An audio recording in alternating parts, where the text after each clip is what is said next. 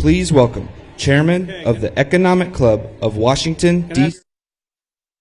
Everybody please take their seats. Okay, thank you. So the Economic Club of Washington is honored to have the 46th President of the United States as our special guest today. All of you probably know his background, but just briefly, for somebody that might have been under a rock for a while, let me just tell you a little bit about the President and our special guest. He was elected to the United States Senate in 1972 at the age of 29. You have to be 30 to be a senator, but he was sworn in after he turned 30 years old, and then served the United States Senate for 36 years. And he rose up to be the chairman of the Senate Judiciary Committee and then later the Senate Foreign Relations Committee. And then when Barack Obama was selecting a vice president, he asked Joe Biden to serve as his vice president. He served 2 terms as vice president. And then in 2020, he ran for president of the United States and was elected, defeating the incumbent president. And I've known Joe Biden for a long time, and I would say first came to know him when he was the first sitting senator to endorse my then boss, Jimmy Carter, for president of the United States. Carter was running for president in 1976, and his first Senate endorsement was from Joe Biden, and they retained a close relationship. And I've retained a close friendship with him for a number of years. I'm honored to call him a friend, and it's my great honor to introduce now the 46th President of the United States, Joe Biden.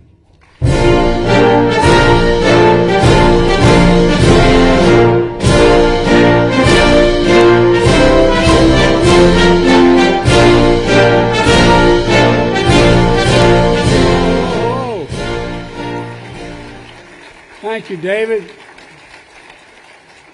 In my household, we refer to David as the Washington Monument. Been a friend a long time. And not only thank you for the introduction, David, but thank you for your friendship.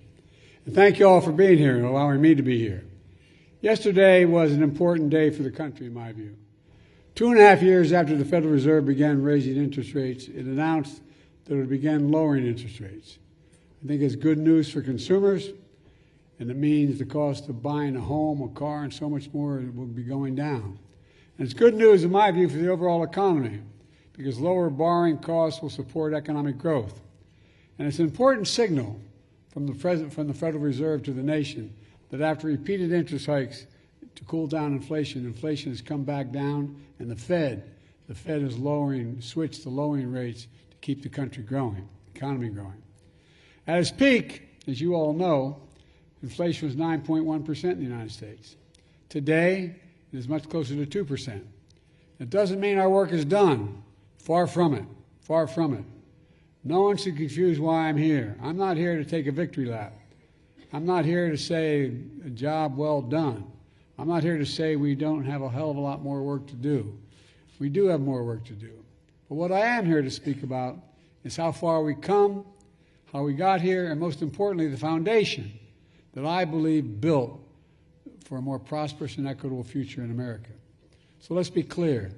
The Fed lowering interest rates isn't a declaration of victory. It's a declaration of progress. It's a signal we've entered a new phase of our economy and our recovery. You know, I believe in the importance for the country to recognize this progress because if we don't, the progress we made will remain locked in the fear of negative mindset that dominated our economic outlook since the pandemic began. Instead of seeing the immense opportunities in front of us right now, this is a moment, in my view, for business to feel greater confidence, to invest higher, and to expand. It's a moment for individuals to feel greater confidence buying a home, a new car, starting a family, starting a new business. We're creating jobs. Employment remains very low. Small business creation is at its historic highs. The economy is growing. The main challenge we've had has been a painful one, but it's been the pandemic and the inflation it created, causing enormous pain and hardship for families all across America. It's not true just for us, but for every major economy in the world. But now inflation is coming down in the United States. The fact is, it's come down faster and lower than almost any other world's advanced economies. So now, instead of looking at interest rates increases, interest rates are going to be coming down, and they're expected to go down further. And that's a good place for us to be. Now,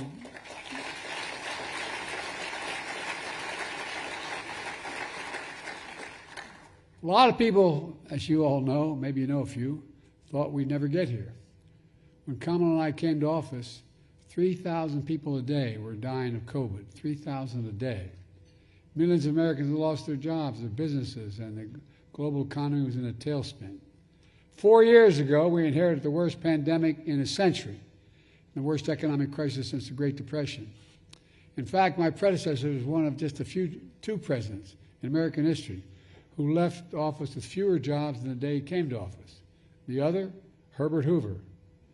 When I came to office, there was no real plan in place, no plan to deal with the pandemic, no plan to get the economy back on its feet, nothing, virtually nothing. In fact, the nonpartisan Congressional Budget Office predicted we wouldn't see a full recovery until well after the end of my first term in office. But I refused to accept that, like many of you refused to accept it. I came to office determined not only to deliver immediate economic relief for the American people, but to transform the way our economy works over the long term, to write a new economic playbook, grow the economy from the middle out and the bottom up, not just the top down, put workers first, support unions to make sure workers have a bargaining clout they need to get a fair price to grow that pie. And after all, it's the productivity, they're the productivity baked into that pie, in my view. Leave no one behind. Foster fair competition. Invest in all of America and in all Americans. When we do things for the poor and they have a ladder up, the middle class does very well and the wealthy continue to do very well. We all do well, and we are doing well. Working families in the middle class are the center of the strong, equitable, and sustainable recovery. Here are the keys from the new playbook, in my view. Within the first 2 months in office, I signed the American Rescue Plan, one of the most significant economic recovery packages in our history. Not a single person on the other team, Republicans, voted for it. It delivered shots in the arm for vaccines to vaccinate the nation in one of the most sophisticated logistical operations in American history. I found it incredibly difficult to plan that. Without protecting our nation from COVID, our economic recovery would never have taken off. It also delivered immediate economic relief for those who needed it the most. An individual earning less than $75,000 a year received a $1,400 check. So a family of 5 earning less than $150,000 a year could receive as much as $7,000. And by the way, middle-class families like the one I grew up in, many of you grew up in, that is a game changer. That saved people's sense of being. It also prevented a wave of evictions, bankruptcies, and delinquencies and defaults that the previous crises weakened the recovery and left working families permanently further behind. I was determined to avoid what Secretary Yellen called the economic scarring that hurt so many Americans and left them behind in the past. We delivered essential funding to states and local governments to keep essential services moving, to keep teachers and first responders on the job, to keep small businesses open, and to build more housing. We also expanded the child tax credit to cut child poverty in half. With the Butch-Lewis Act, we took the most significant action in 50 years to protect the pensions of millions of union workers and retirees. Before we acted, workers faced cuts to their pensions. Now we're restoring the full amount of their pensions, including for workers who previously saw cuts. And there's so much more. But we also know the pandemic led to a surge in inflation all across America and the world, and the country, I should say. And the economy shut down and then opened back up in an unprecedented manner. Shipping had stalled. Factories shut down. Inflation grew worse after Putin invaded Ukraine, which sent food prices skyrocketing, energy prices soaring around the world. So we immediately brought together business and labor to fix the problem of broken supply chains and unclog our ports, trucking networks, and shipping lines. Remember those massive cargo ships stuck outside the port of Los Angeles, delaying deliveries and driving up prices during the holiday season? Remember that? We remember the shortage of baby formula and the crisis that caused? Well, we got supply chains back to normal. When we did that, inflation began to ease. Doesn't solve, but ease. I also rallied our allies to stand against Putin's aggression. In the beginning, there wasn't a whole lot of support for that. I warned them all. I got clearance from the intelligence community to let them know when he was going to invade. They didn't believe it was going to happen. But he invaded exactly when I said he was. Led the world to realize that we're in real problem. And releasing oil reserve to stabilize global markets. By the way, our gas prices are now down to $3.22, lower than before the invasion.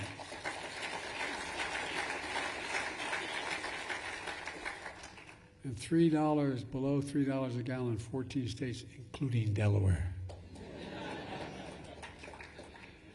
I can go home now, past the gas station.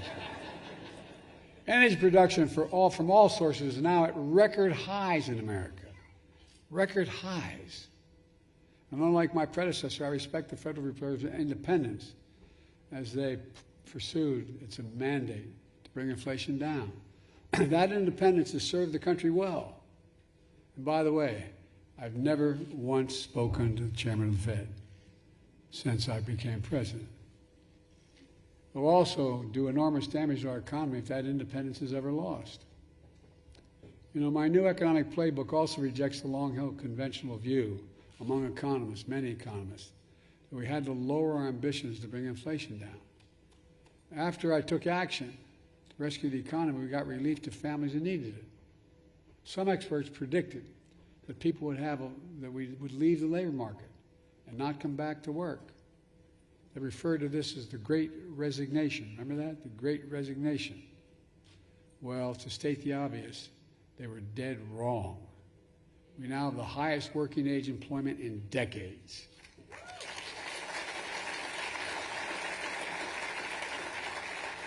Other critics said it would take the loss of millions of American jobs and a decline in real wages, and yes, the recession, to get inflation back down. Possible, but I refuse to accept that. I believe, sometimes over the amazement of my staff, that we should seize the moment to finally invest in all of America, and all Americans, for decades to come. We did just that with what I call our Investing in America agenda. How can we have the strongest economy in the world without the most advanced infrastructure in the world? How can that be? That's why I wrote and worked so hard to pass the bipartisan infrastructure law. Most significant law in generations to modernize our roads, bridges, ports, airports, trains, buses, removing every lead pipe from schools and homes so every child could drink clean water, providing affordable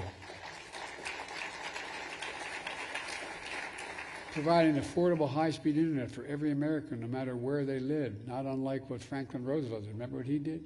You don't remember, you weren't around. Nor, by the way, I wouldn't. I'm old, but I wasn't there either. But he decided that rural America had to have access to electricity. The internet is as critical as electricity was during his period. I remember saying that to my younger staff, and they looked at me, well, what are you talking about? But look, we're growing our economy. Got more to do. We're improving our quality of life. We're literally building a better America because of all of you. In fact, Buy American has been the law of the land since the 1930s. And I have to admit to you, Congressman Carper, my buddy, I didn't realize that when they wrote the law in 33 about unions organizing, they also had a provision in there. Any money, it says any money the president is sent from the Congress to invest in an investment in America should use American workers and use American products. Past administrations, including my predecessor, failed to buy American. Not anymore. Kamala and I are making sure the federal projects building American roads, bridges, highways, and so much more beyond that, like aircraft carriers and tanks, they'll be made with American products, built by American workers, creating good paid American jobs. How can we be the strongest nation in the world without leading the world in science and technology? I mean, think about it. We walked away for a long while investing in science and technology as a government. During the pandemic, American people learned about supply chains. You know, I remember going home saying the supply chain, and my family, the supply chain. What the hell's a supply chain? No, but I'm serious. Think about it. It became common knowledge what we're talking about to the average American. And the shortage of semiconductors, those little tiny computer chips, smaller than the tip of your finger, that power everyday lives, from smartphones to automobiles to dishwashers to advanced weapon systems and so much more. Think about it, it takes over 3,000 chips to build an automobile. Remember the crisis when we didn't have access to them in the automobile industry? And by the way, we invented those chips here in America. And we still design the most sophisticated chips in the world. But over time, my predecessors thought it was better to manufacture those chips overseas because labor was cheaper. That's why they went overseas. The result? When the pandemic shut down those chip factories overseas, the price of everything went up because we didn't have enough chips here in America. We learned the hard way that one of the best ways to strengthen our supply chain is to make sure the supply chain starts in America. Starts in America. And by the way, if I could hold in the back there, that's why I have great relations with our European friends. But this is one where they go, whoa. That's why I literally wrote and signed the CHIPS and Science Act to bring manufacturing back home and so much more. As a result, private companies from around the world are now investing tens of billions of dollars to build new chip factories right here in America, New York, Ohio, Arizona, all across the country. You know, it takes time to build these factories. Look, the number of construction workers is way up and they're making good salaries. Already creating tens of thousands of jobs in construction facilities. But the American public's going, well, where's all this going, Biden? Because they expected this to happen overnight. You got to build the factories first. When these factories are finally built, we'll have tens of thousands of jobs running those factories, so-called fabs. As you all know, this is one audience I want to explain to. These fabs are bigger than football fields. Creating jobs that are going to pay over $100,000 a year, and you don't need a college degree. And it's going to generate such economic growth with the one outside of Columbus, Ohio, 1,000 acres. I call it a field of dreams. The old playbook was to go abroad, the cheapest labor, export American jobs, import foreign products. Our new playbook is we export American products and create American jobs right here in America where they belong. But that's not all. I wrote and signed the law, the Inflation Reduction Act, the most significant climate law ever, anywhere in the history of the world. When I say I wrote, I actually did write some of this, my daughter would say, with my own paw. Skeptics told me we couldn't get it done, remember? We couldn't get this done. There was no possibility of this. There wasn't a consensus. And if we did it, it would be too late and too little. But we did it with your help. $369 billion for climate and clean energy. More than ever happened in the history of the world. Not a single one of the opposition Republican friends voted for it. It took Vice President Harris to cast a tie-breaking vote in the Senate. The Inflation Reduction Act. It's going to help cut carbon emissions in half by 2030. We're well on the way, including, well, I won't go into it all, and creating hundreds of thousands of good-paying, clean energy jobs for American workers. They set up a climate corps, just like the Peace Corps. It's going to, you watch what happens with that. Lower energy costs for families with tax credits, to install rooftop solar and efficient energy appliances, to weatherize your windows and doors with high-tech insulation, more efficient heating and cooling systems, get a tax credit for doing it and grow employment and grow the economy, and so much more. And again, many of you are doing it. You're the ones doing it, are creating these good-paying jobs. The Inflation Reduction Act also focused on lowering costs for prescription drugs. There was a law in America that I fought like hell as a senator, and a lot of others have did for a long, long time, to change the law. The only agency that could not negotiate prices was Medicare. For years, many other members of Congress fought for decades to change that and give Medicare the power to negotiate lower drug prices, like the VA. was able to negotiate drug prices for veterans. Well, with the Inflation Reduction Act, we finally beat Big Pharma. And we finally gave Medicare the power to negotiate lower prescription drug prices. And now, millions of seniors have diabetes, as one example. But now, instead of paying up to $400 a month for that insulin, for their diabetes, they're only paying $35 a month. $35. And they're still making a hell of a profit, by the way.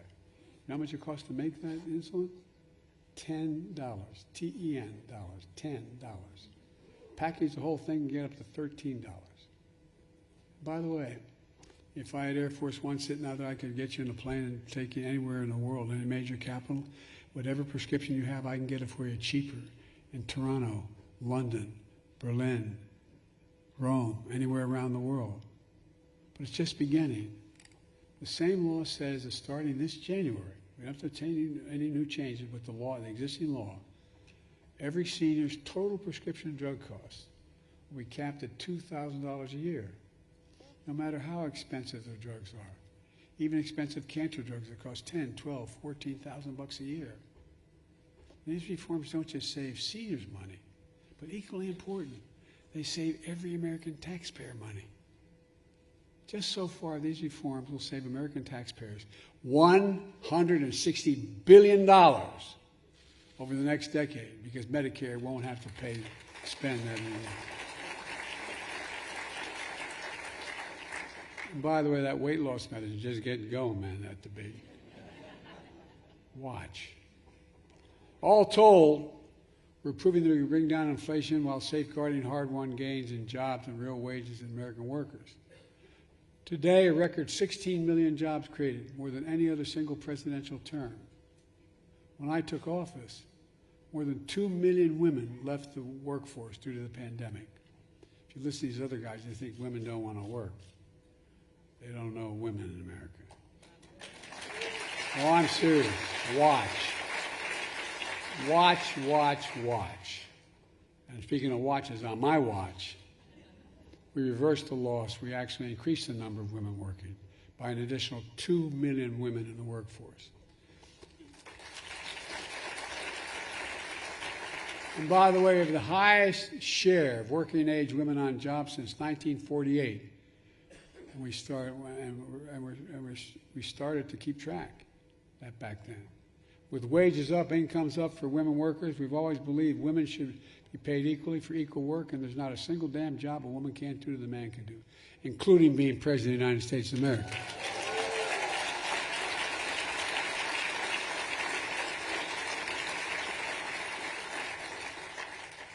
You all think I'm kidding. My younger sister used to be 3 years younger than me. She's now 20 years younger. Went to the same university, took the same courses. She graduated honors. I graduated. She's the one who should be. Anyway, 19 million people have applied to start new businesses. That's a record. And here's the thing about those new businesses. Every application to start a new business is an act of hope. It's an act of optimism, hope. More Americans have health insurance than ever before, and I don't think that should be something we should sneeze at. Everyone deserves basic health care. The racial wealth gap is the smallest in 20 years. Remember how many economists thought we need a recession to bring down inflation? There was even a major financial news headline, which I'll not reference, saying, 100% chance of recession in 2023. Well, instead, our economy grew by more than 3% last year, and inflation came way down. American households came out of the crisis, American households, with stronger balance sheets, higher incomes, greater wealth. And all that progress is a remarkable testament to the resilience and determination of the American people. They're the one, determination of American workers, of American entrepreneurs like all of you, of American business, is in stark contrast to my predecessor's record. His failure in handling the pandemic led to hundreds of thousands of Americans dying because of COVID. Remember, just inject a little dye, you'll be okay. His failure to lead the economic crisis that followed that create millions of Americans, cause them to lose their jobs. In fact, the last month of his failed term was the last month our economy lost jobs. On my watch, the economy has created jobs every single month for nearly 4 years. Because of you. My predecessor enacted a $2 trillion tax cut that made overwhelmingly benefited the very wealthy and the biggest corporations. Made you feel good, I'm sure. But guess what? We don't have to hurt corporations. We don't have to. I come from the corporate state of the world. For 36 years, I represented a state, Tom and I, that had more corporations incorporated in Delaware than every other nation in the United States of America, every other state in the nation, the entire nation, in the state of Delaware. But what do his policies do? Increase the federal deficit significantly, more than any other previous presidential term. And the federal deficit went up every single year of his presidency and left office with the largest annual deficit in American history, $3 trillion. And now, he not only would give another $5 trillion tax cut for the very wealthy and the biggest corporations, he wants a new sales tax on imported goods, food, gasoline, clothing, and more. As most of you know, such policies would cost the average American family nearly $4,000 a year. And he and his allies say they support workers in the middle class. Give me a break. On my watch, we created over 700,000 manufacturing jobs. He lost 170,000 manufacturing jobs in 4 years. On our watch, factory construction is at a record high. It increased 210%. On the other team's watch, factory construction barely increased 2%. On my watch, the trade deficit with China declined to its lowest level in a decade. On his watch, the trade deficit with China soared. On my watch, we're seeing a record stock market and record 401ks. The bottom line is, I'm a capitalist. I wish I had more stock. But I believe capitalism is the greatest force to grow the economy for everybody. I really mean it. Now, don't point to the fact that for 36 years, as Tom would point out to you, when they did the income of all the members of Congress, I was listed as the poorest man in Congress. I never thought I was poor. I had a decent salary as a senator. But we face a fundamental choice. For the past 40 years, too many of leaders have sworn by an economic theory that has not worked very well at all, trickle-down economics. Cut taxes for the very wealthy, and they deserve having taxes cut. But cut for the very wealthy and hope the benefits trickle down. Well, guess what? Not a whole lot trickle down on my dad's kitchen table. It's clear, especially under my predecessor, that trickle-down economics failed. And he's promising again trickle-down economics. But it will fail again. In fact, President Clinton pointed out that since the end of the Cold War in '89, America has created about 51 million jobs. Of those 51 million jobs in that period, the economy under Democratic presidents created 50 million, in fact, 50 million of those. And the economy under Republican presidents created 1 million of those new jobs. Folks, I've laid out a better choice, in my view, to grow the economy, from the middle out and the bottom up. I promised to be a president of all Americans, whether they voted for me or not. And I kept that promise, making a lot of Democrats very angry because studies show that I signed the laws I signed actually deliver more benefits to red states than the blue states. That's a fact. More went to Republican states than the Democratic states. It may not have been good politics, but I believe it's good for the country. And I kept my promise. Today, we're better positioned than any nation in the world to truly win the economic competition of the 21st century, in my view.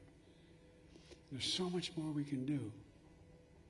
We're going to continue bringing down prices for families by building more affordable housing, making child care more affordable. And by the way, you make it more affordable, it increases economic growth.